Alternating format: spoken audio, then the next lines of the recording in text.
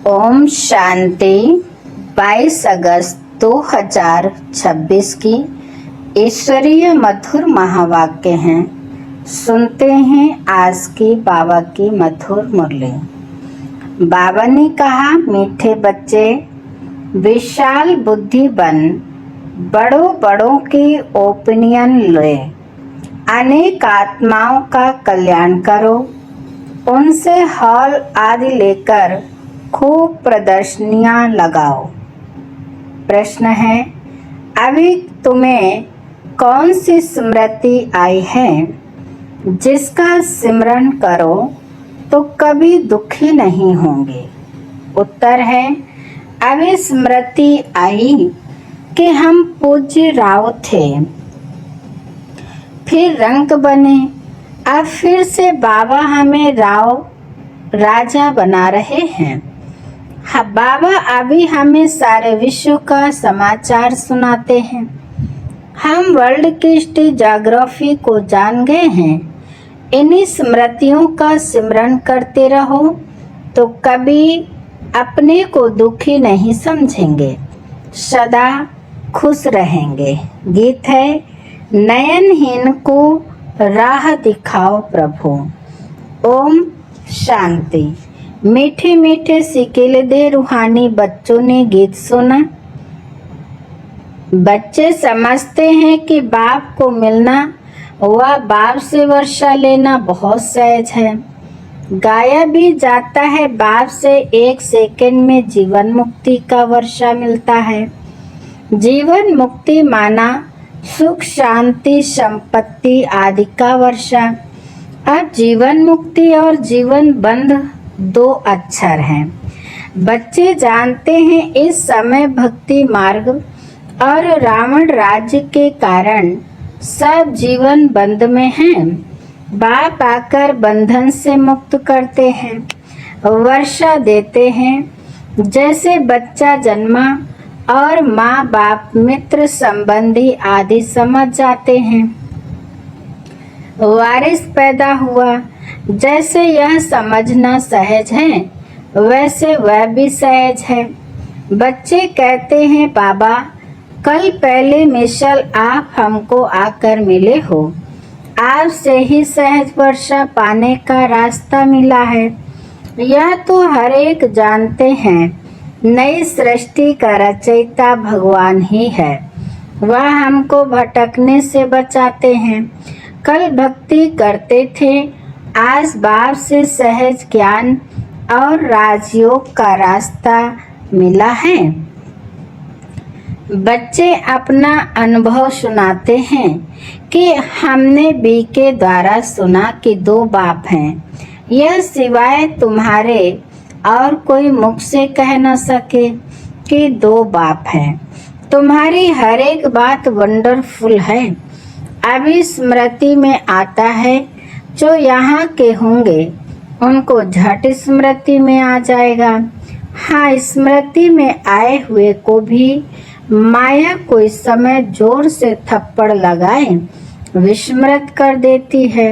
इसमें बच्चों को बड़ा खबरदार रहना है। स्मृति तो बाप ने दिलाई है, पवित्रता का कंगन भी पूरा बांधना है। रक्षा बंधन का रहस्य क्या है, सो तो अभी तुम जानते हो। किसने यह प्रतिज्ञा कराई है? काम तो महाशत्रु है। बाप कहते हैं, मेरे साथ प्रतिज्ञा करो कि कभी भी पतित नहीं बनूंगा और मुझे याद करते रहो तो आधा कल्प के पाप जलकर खत्म हो जाएंगे। बाप गारंटी करते हैं, परंतु यह तो बच्चे समझते भी हैं। बाप गारंटी करते, यह तो बात ठीक है ना। सोनार गारंटी भी क्या करेंगे कि हम पुराने जेवर को नया बनाएंगे। उनका तो यह काम ही है। आग में डालने से जरूर वह सच्चा सोना बन ही जाएगा। तो बाप समझाते हैं, आत्मा में भी खाद पड़ी है। कैसे सतो रजो तमो में आते हैं, यह बहुत सहज है। चित्र भी इसलिए बनाए हैं कि इस पर सहज समझा सकें। यूनिवर्सिटी, कॉलेजेस आदि में भी नक्शे होते हैं ना, अनेक प्रकार के। तुम्हारे भी यह नक्शे हैं। तुम अच्छी रीति किसको समझा सकते हो? ज्ञान सागर पतित पावन बाप ही आकर यह रास्ता बताते हैं, और कोई पतित को पावन बना न सके। नयनहीन दुखी मनुष्य है।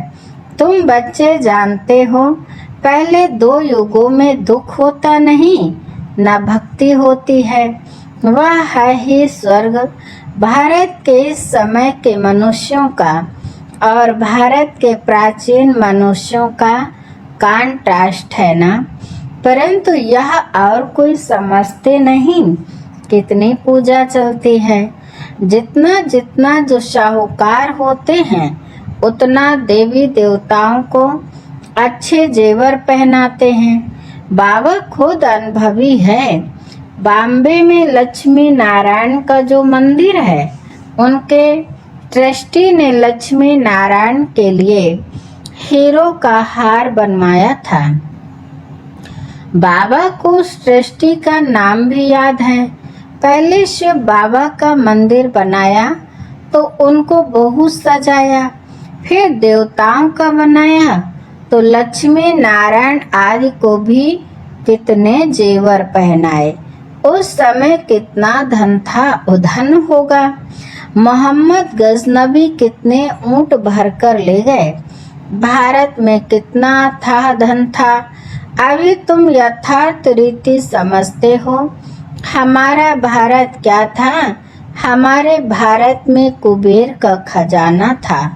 हीरे जवाहरों के मंदिर बनाते थे। अभी वह चीजें हैं नहीं, सब लूट कर ले गए। अभी तो क्या हाल हुआ है। तुम्हें पूज्य राव थे, फिर तुम्हें 84 जन्म ले पूरे रंग बने हो। ऐसी ऐसी बातें घड़ी घड़ी सिमरन करनी चाहिए, तो फिर कभी भी तुम अपने को दुखी नहीं समझेंगे। दिल में सिमरन करते रहेंगे। हम बाबा से क्या ले रहे हैं? बाप आकर हमको सारे विश्व का समाचार सुनाते हैं। यह वर्ल्ड की हिस्ट्री, ज्योग्राफी कोई भी जानते नहीं। तुम जानते हो, पहले एक धर्म, एक राज्य, एक ही मत, एक भाषा थी। सभी सुखी थे। पीछे यह आपस में लड़ने झगड़ने लगे और भारत टुकड़ा टुकड़ा होने लगा। पहले ऐसे नहीं था। वहाँ कोई भी किस्म का दुख नहीं था। बीमारी का नाम निशान नहीं था। उसका नाम ही है स्वर्ग। तुमको अपनी स्मृति आई है। बरोबर कल्प कल्प हमको विस्मृति होती है, फिर स्मृति में आता है। पहली एकस भूल हुई है, जो रचता और रचना को भूल गए। अभी तुम आदि मध्य अंत को जानते हो। सतयुग में भी यह नॉलेज नहीं होगी तो फिर परंपरा कैसे चल सकती? उस समय मुख्य तो राजे लोग ही होते हैं, ऋषि मुनि थोड़े ही होते हैं। वे द्वापर से आते हैं। ऋषि मुनि आदि को खान पान भी राजाओं से ही मिलता है।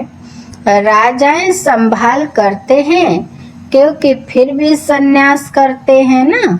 प्राचीन भारत का प्राचीन राज्यों गाया जाता है। प्राचीन ऋषि मुनि नहीं कहेंगे, वह तो द्वापर में ही आते हैं। वह राजाओं के आधार पर चलते हैं। कहते हैं हम रचता और रचना को नहीं जानते। बाप कहते हैं यह खुद राजाएं भी नहीं जानते। इस दुनिया में कोई भी इस नॉलेज को नहीं जानते। अभी तुम बच्चे समझदार बने हो। लक्ष्मी नारायण के मंदिर जो बनाते हैं, उनको तुम लिख सकते हो। इतने लाखों रुपए खर्च कर मंदिर बनाया है, परंतु उनके जीवन कहानी का आपको पता है? इन्होंने राज्य कैसे पाया, फिर कहाँ चले गए, अभी कहाँ हैं? हम आपको सब राज बता सकते हैं, ऐसा उन्हों को लिख सकते हो। तुम बच्चे तो हर एक की जीवन कहानी को जान चुके हो, तो क्यों नहीं लिखना चाहिए? हमको टाइम दो तो हम एक एक की जीवन कहानी बताएंगे। शिव के मंदिर जो बनाते हैं उनको भी तुम लिख सकते हो। बनारस में शिव का मंदिर कितना बड़ा है, वहाँ भी ट्रस्टी लोग होंगे। कोशिश करनी चाहिए बड़ों बड़ों को समझाएं। बड़े आदमी समझ गए तो उनका आवाज बहुत होता है, गरीब लोग झट सुन लेते हैं। मदद बड़ों की लेनी है, ओपिनियन भी बड़ों बड़ों की लिखवानी है, क्योंकि उन्हों का आवाज भी मदद करता है। वास्तव में वह इतना आवाज करते नहीं हैं जितना होना चाहिए। तुम प्रेसिडेंट को भी समझाते हो, अच्छा भी कहते हैं।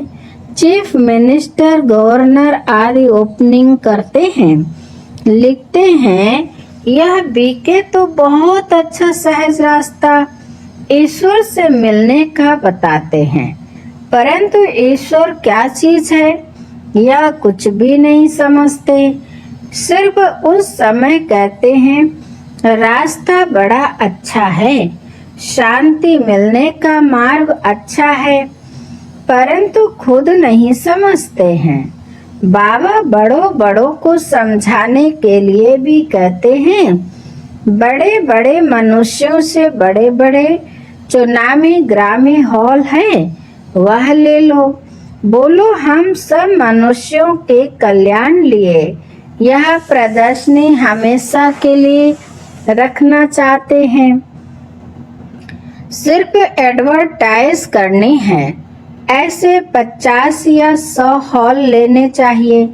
भारत तो बहुत बड़ा है ना, एक एक शहर में 10-12 हॉल हों। अखबार में पढ़ जाए इतने हॉलों में प्रदर्शनी हो रही है।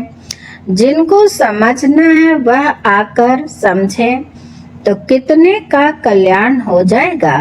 बच्चों को बड़ा विशाल बुद्धि बनना चाहिए, सर्विस बच्चों को करनी चाहिए ना।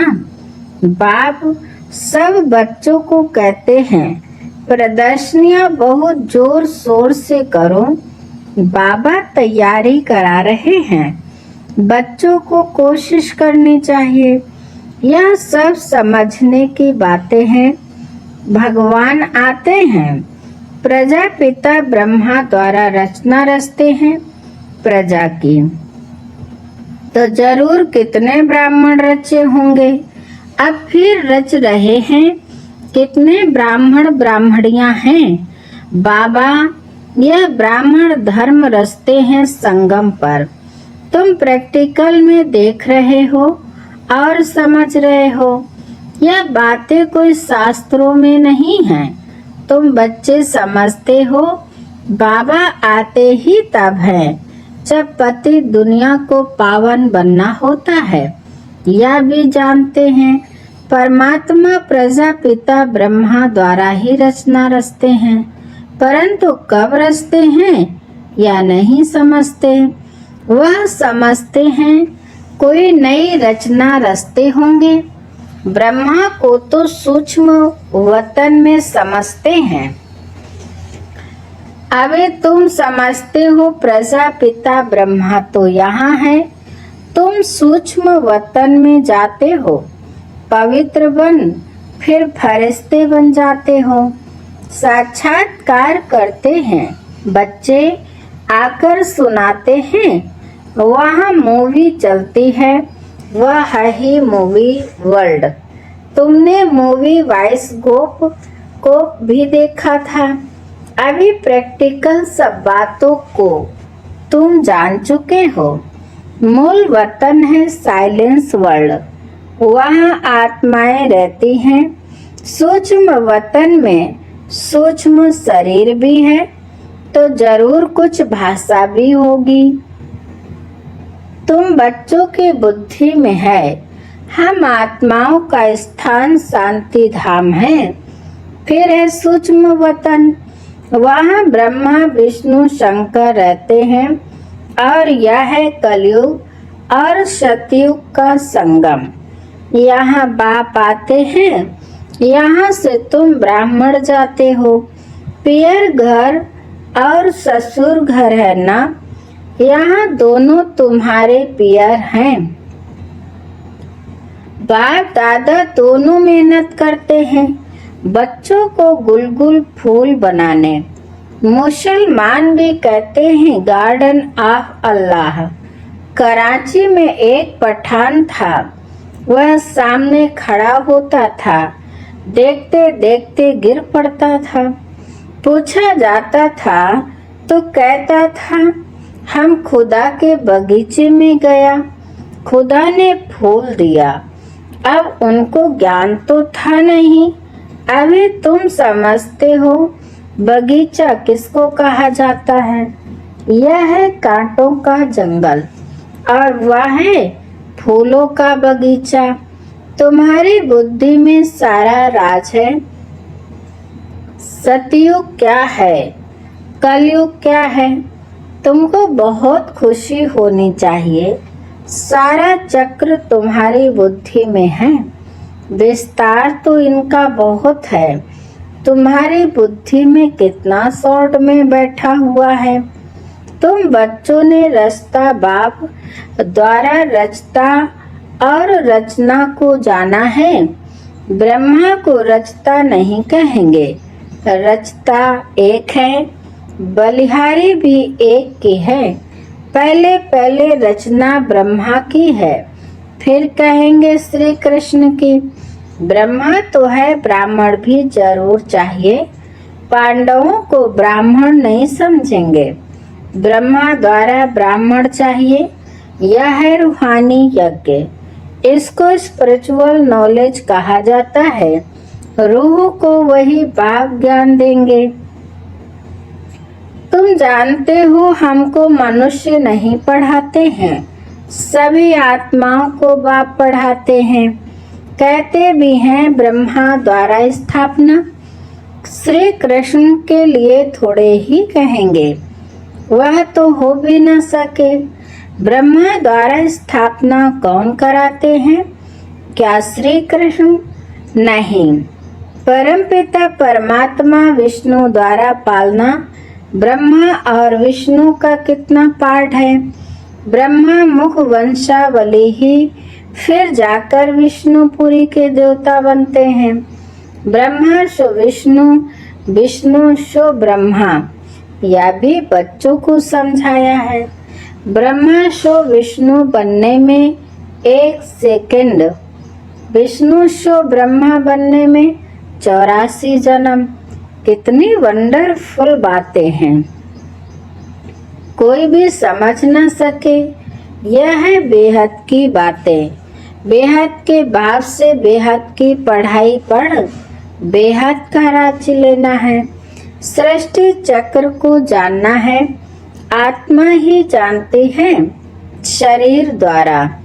ऐसे नहीं कि शरीर नॉलेज लेता है आत्मा द्वारा, नहीं, आत्मा नॉलेज लेती है।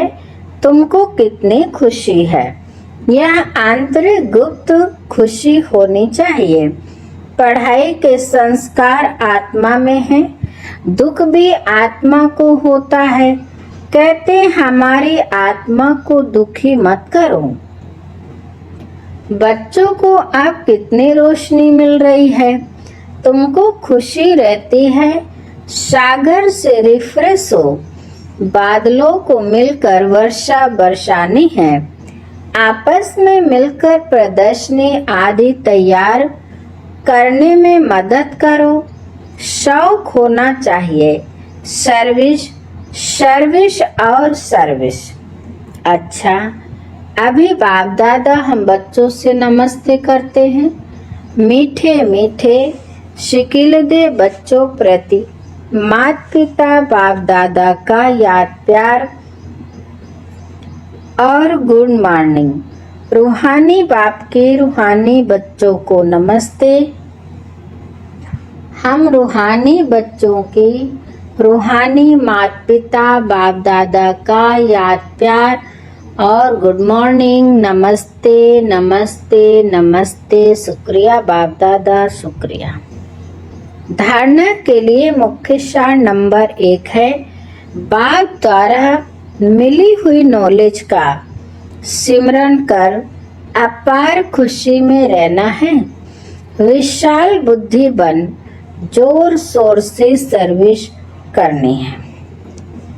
नंबर 2, बाप द्वारा जो स्मृति मिली है उसे विस्मृति में नहीं लाना है। पवित्र रहने की जो बाप से प्रतिज्ञा की है उसे पूरा निभाना है।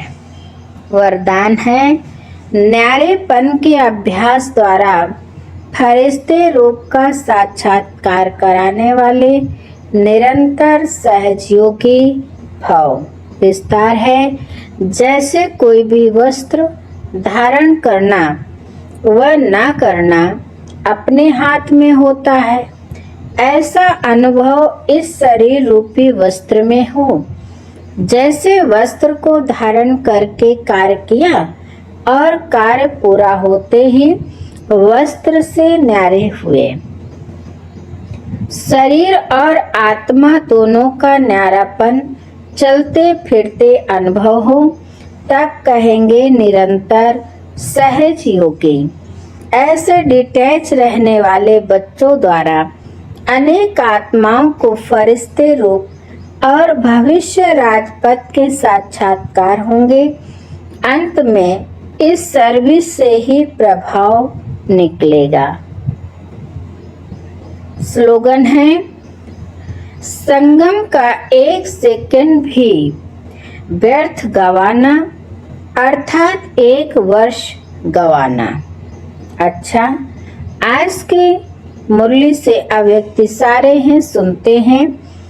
अपवित्रता के बीज को भी समाप्त कर संपूर्ण स्वच्छ पवित्र बनो। ब्राह्मण जीवन का जो आंतरिक वर्षा सदा सुख स्वरूप शांत स्वरूप मन की संतुष्टता है, उसका अनुभव करने के लिए मनसा की पवित्रता चाहिए। जमा करने की विधि है मनसा वाचा कर्मणा पवित्रता। फाउंडेशन पवित्रता है।